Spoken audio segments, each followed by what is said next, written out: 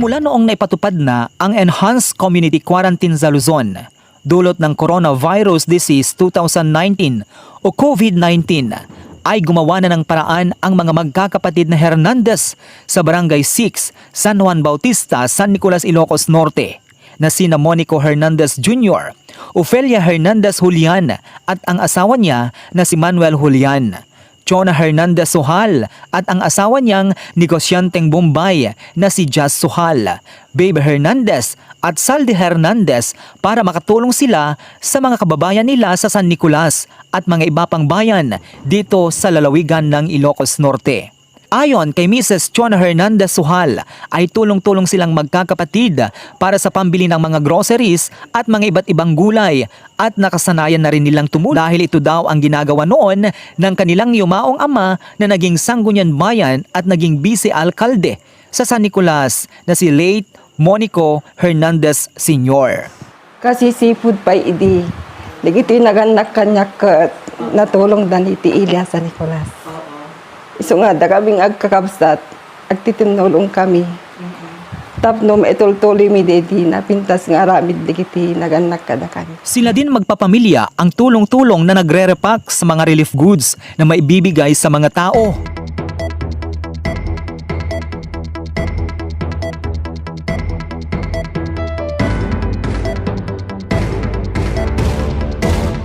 Da kami nga mismo at mangirepack tapos apan titinulong kami. Tapos mapan ipan ijay barangay mismo no so that may mga late.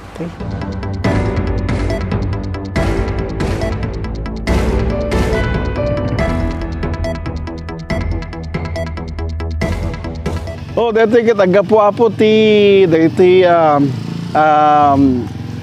agkakapsat nga Hernandez ken Julian basta no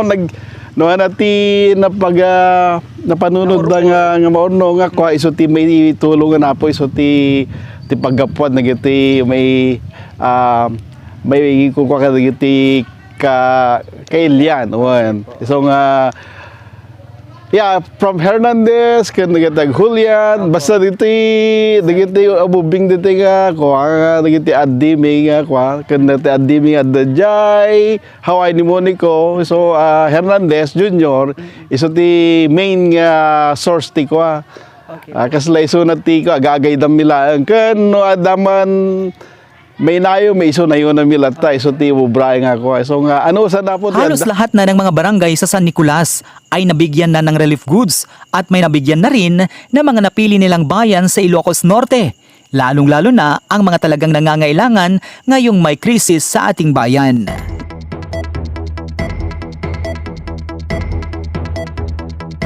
Barangay 6, Barangay 7, 21, Tagipuro, 13, 22, 4, 5, kan 8, yeah.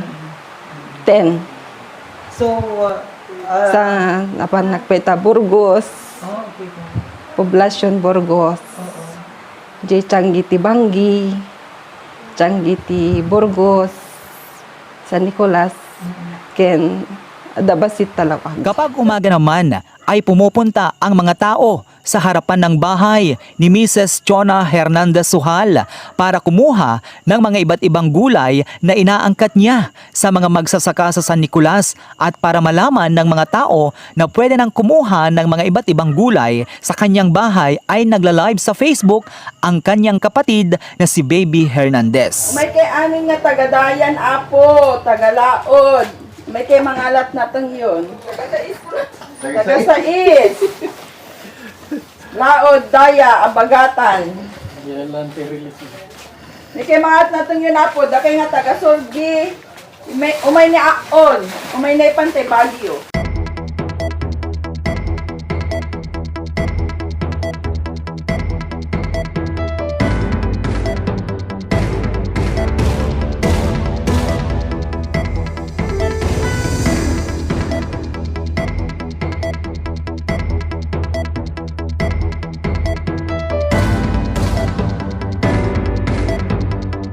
Laking pasasalamat din ng mga frontliners sa bayan ng San Nicolas, Ilocos Norte dahil mismong pamilya Hernandez pa ang nagluluto ng pagkain at merienda para ibigay sa mga frontliners na naka-duty sa mga checkpoint areas.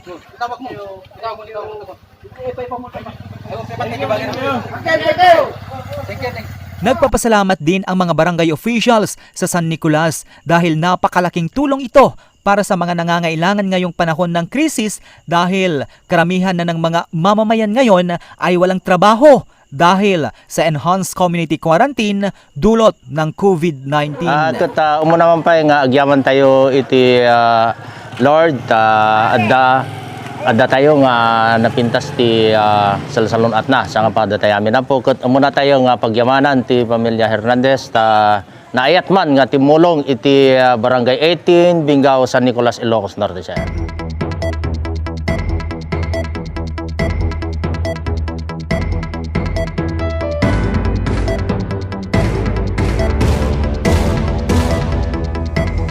Ayon sa Family Hernandez ay magbibigay sila sa mga nangangailangan hanggat hindi matapos ang enhanced community quarantine sa ating lugar.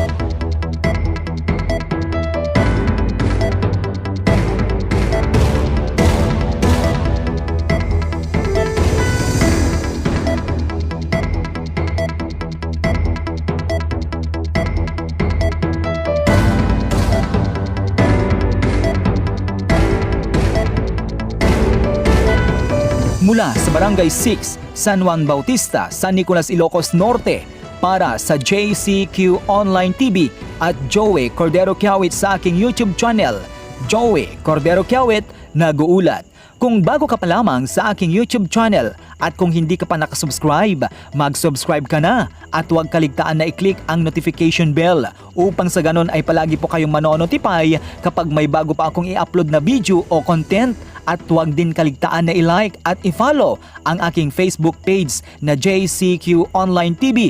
Dito po kayo makakapanood ng mga local documentaries mula sa Ilocos Norte at nearby places, mga local news, local features at mga iba't ibang vlogs. Joey Cordero Kiawit sa YouTube at JCQ Online TV sa Facebook page. Maraming salamat po.